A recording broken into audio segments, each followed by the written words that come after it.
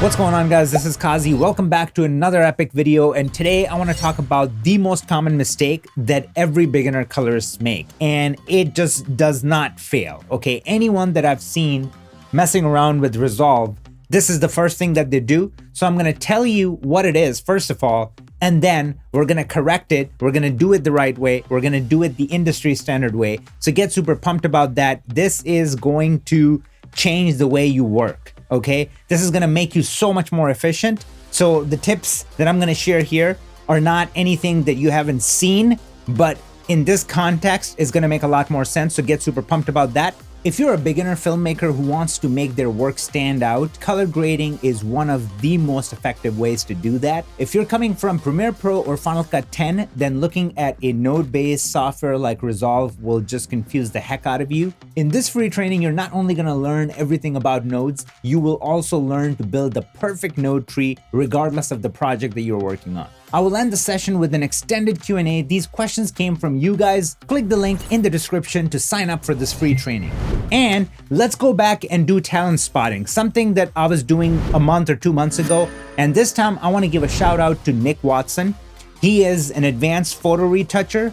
He is a colorist, and he's worked with some of the biggest brands in the business: Vogue, Giorgio Armani, Burberry. I mean, the list goes on. So make sure to give him some love. Check out his Instagram page. And if you're looking for a colorist or a photo retoucher, maybe hit this guy up because he is freaking epic. And if you're enjoying the content, please go ahead and smash that like button. Subscribe to my channel if you haven't already. Make sure you're following me on Instagram if you like behind the scenes, before and afters, and all that good stuff.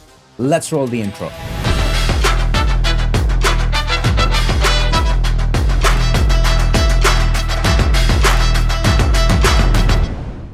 All right, let's get this show on the road. I'm going to be playing two different parts in this tutorial. The first one is going to be from a beginner's perspective. The second one is going to be an expert's take on this particular shot. So first things first, as a beginner, people don't really know what camera footage they're working with, okay? Because, I mean, I can click right here and look at it and it only says Apple ProRes 422. It could be from any camera and then transcode it into ProRes, so we don't know. This is mistake number one. You have to figure out, somebody knows down the pipeline when it comes to production what camera was used to create this. So I dug up the information and figured out that this is shot on a Blackmagic Pocket 4K camera in log, obviously. But an amateur wouldn't know that. So what's the first thing that they do? If they don't know that information, they can't properly convert this image to Rec 709 or anything. So they're going to just jump in, and this is the first step that they're going to take. They're going to do a minor primary change. They're going to start off with their lift and then go up with their gain, something like that. And this is not something that I'm making up on my own. I'm telling you, I have seen way too many times amateurs doing this in my masterclass when I'm giving them feedback. And just in general, like, this is just something you will know if you're a beginner, you've done this in the past. So this is where we are right now. And that's what a beginner would do. And then they would jump right into their qualifiers. So they're going to start doing something like this. They're going to go pick the sky, and then they're going to come out of there and they're going to crank it. They're going to give it saturation. Okay, so the sky is looking nice. And then they're going to take their gain and maybe give it some different colors. So maybe something like that. Okay, it's looking really nice. Then they would go and create a new node. And then this time they will grab her skin.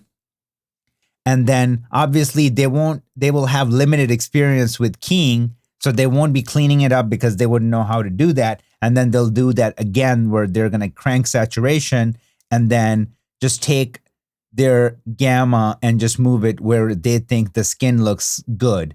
I'm telling you, like, this is not something that I'm exaggerating. I've seen that time and again. And then they will just go ahead and they'll grab this bag and they'll key it because they just go, this tool is so powerful. Why not do this? Because it gives you the flexibility to just pick whatever you want, however you want.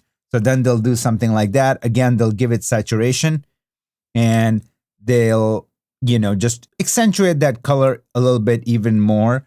So something like that, it's looking nice and juicy. And then they'll create another node. And then here, they'll just grab the asphalt, the road, and then they'll go, okay, let's just pick up just the road.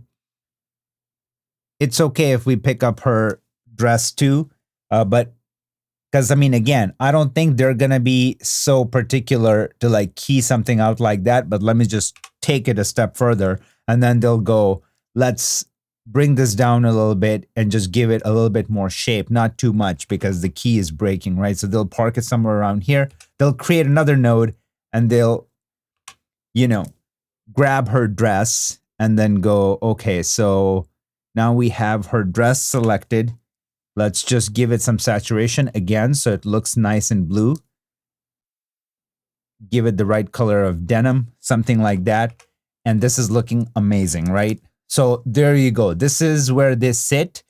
Again, it's not made up. It's something that I've seen time and again. And they're going to be like, okay, this looks perfect. Like we graded it. This is great. Now, the problem with that is not only it's a terrible way to grade, this is going to be impossible to copy paste from shot to shot. And now let's start looking at the mistakes that we're making. So let's start off with the sky first. So if I go turn this on and off, you see like these edges, how nasty they are. And if I go back and forth, you're going to see that that posterization is there. That posterizing effect is not going anywhere. Okay, so now let's go and check out the skin. So here's the skin. And if I do before and after, not to mention, look at what's happening with the lips. Okay, so if I do before and after and I play it through, look how unnatural and weird it looks, like what's happening in the shadow areas, like in the dark areas, like on the edges of her hair, okay? And then once again, let's go back to this sky node and look what's happening here. Like, look at these edges. This wasn't there before. Let me go all the way back. This is before, and then this is after what we're creating, okay? So that's there. Now, let's check out what we did with the bag.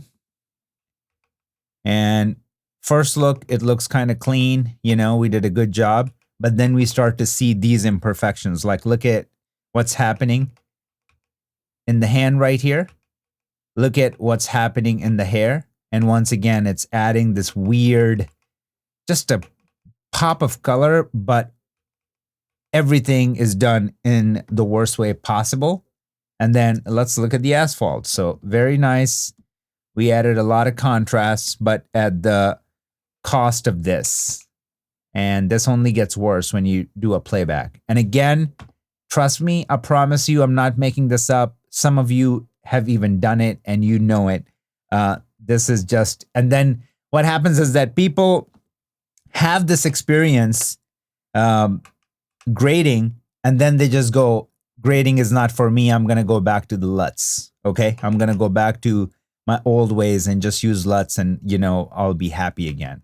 Look what's happening. Okay. And then you see these edges right here. They weren't there before. I'm going to go all the way back.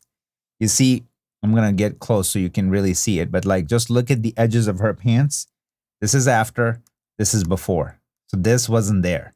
That random artifacting wasn't there either. Okay. So the reason why big Hollywood colorist and commercial colorist and everybody will tell you use qualifiers sparingly is for this reason. Because you can't punch in 800% and on every frame and make sure that you got everything. Okay, so that's just not going to happen.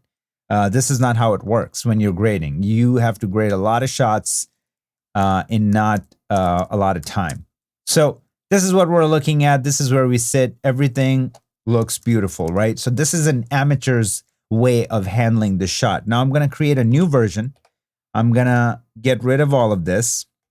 And then we're going to start over again. So let's just say, let's assume we didn't get the information for the camera. This is how I would approach this. First of all, I will have some sort of method to my madness. So here, I'm going to call this temp tint. This is my first node. I'm going to leave it as is for now. My second node is going to be called contrast. This is basically going to be my exposure. Third one is going to be called primary. Some people call it CDL. That's going to be my third node. Here, I'm going to have HSL. Now, mind you, I'm going to try to keep this as simple as possible. I'm not building my regular node tree. That's not what we're going for, okay? So let's not get confused. Let's just stay right here. First of all, I'm going to go under my contrast and let me just go back and park it on my hero frame. That's very important. That's another thing a pro would do. They would always have a hero frame within their shot that represents the entire shot in the best way possible. So first thing that I'm going to do, I'm going to start off with my contrast. I'm going to leave it somewhere around here. I'm going to take my pivot and I'm going to open it up a little bit, not too much. So something like that. And that's enough for the contrast. And that's where I'm going to park it. Okay. First, then I'm going to go under my primaries. I'm going to take my lift. I'm going to bring it down a little bit. I'm going to take my gamma, open up the image. I'm going to take my gain. I'm going to pull it down a little bit. I'm going to take my gamma up, gain down, something like that. And then lift down just to keep that contrast going. Gamma up, gain down, something like that. So let's just leave it here for now. And now I'm going to go ahead, take my saturation, crank it all the way, 100%. Okay. My saturation is at 100%. Don't freak out yet. Okay. This is why we have the HSL node, because I'm going to show you what we're about to do in here. Okay. So instead of using all these qualifiers and control our colors, we will still be able to do a lot of that, but in a much more clinical way. So I'm going to go under my hue versus saturation. And here, what I'm going to do is I'm going to say, hey, take my yellow and pull it down because it's looking just a bit too digital for me, okay? And keep it somewhere around here. Now, I'm going to park this here, and now I'm going to jump back to my node number 1. Let's do a little bit of temp and tint. You know, even before we do this, let's just turn this off. Let's go here and do a little bit of temp and tint. What are we feeling here? It looks that this is a bit too warm. The image is a little bit too much on the yellowish green side, and we can see it in our vector scope too. It's not very well balanced. If it's well balanced, it should be right in the middle somewhere, okay? So what we can do here is that I will go under my temp and tint, and I'm gonna cool it off a little bit. First, I'm gonna go too far, then I'm gonna come back. I'm gonna leave it somewhere around here. Then I'm gonna take my tint and I'm gonna add a little bit of magenta. Okay, I'm gonna go too far, I'm gonna pull it back. And I'm going to leave it somewhere around here. I'm going to take my temp and I'm going to leave it somewhere around here. Okay. So now if I do before and after, you're seeing the difference. And all of a sudden, now we're seeing colors that we weren't seeing before. So before there was this weird tint. Now we see that the car is white. You know, her hair is red. The sky is blue. There's white in here. You know, there's like this brick color that we see now that we weren't seeing before. So it was all a weird green tint, you know, so now we're seeing our colors. Now let's go back into our HSL curves. And now we see that we don't need to pull our yellows down as much. So I'm going to go back under my hue versus saturation. I'm going to pull my yellows up a little bit. I'm going to say maybe keep it somewhere around here. Don't crush it all the way. So this just takes the sting off a little bit, gives it a little bit of like a quote unquote film feel. So we can keep it here. But now what I can say is that, hey, take my cyan hue and start swinging my sky. So because I want to have a little bit of teal in my sky. So now I'm putting a little bit of teal in my sky, and then I can take my blue channel, do the same thing, and just put a little bit more teal in my sky. And now if I want to give it the illusion of like a better dynamic range, what I can do is I can go under my hue versus luminance, and I can go, hey, pull my cyan down a little bit and be careful with that. Don't overdo it. And I can say, grab my blue and pull it down a little bit too. And now if just look at this area right here, if I do before and after, see, and you can even see it in my parade, that it feels like we're just creating so much more dynamic range, if you will, from our image just by doing this. And it's a very gentle curve. Nothing is cracking, nothing is breaking. We don't have to worry about it frame by frame. This is all under control, okay? What else can we do here? So we can go back into our hue versus saturation. Let's take our cyan and pull it up a little bit. And then let's take our blue and pull it up a little bit, okay? So what is that doing? Like, look what it's doing. It's bringing out our dress right here. It's bringing up the sky quite a bit. Like, look at that, how big of a difference it's making. And again, it's very natural. Nothing is cracking. Nothing is breaking. And I'm taking my time to show you these tools, but once you know to do it this way, you could be lightning fast, okay? So this is where we sit so far. What else can we do to it to like really accentuate it? A couple of things. We can go back in our primaries and see if there is any more room. But you know, before we even do that, I would just do this. I would bring this down. And whether you're a pro or an amateur or whatever, this is one skill that you should really learn. You know how much I love using glow, but let's just say if you're just like, dude, we still got to bring her up. She's still in the shadow. So that's okay. This is where we go in here and we drop this down to soft light. We pull this and we go all the way out, and we take our spread and go all the way out. And don't freak out. It's okay. This is what we got to do. Now we're going to go under our qualifier, but we're going to use it the right way. So I'm going to take my luminance and I'm going to crank it to around 17-ish. So like it's very, very soft. And then I'm going to bring this down to around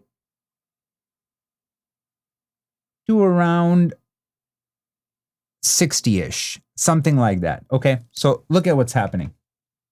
Look at what we did. We just check this out. We don't have to create power windows.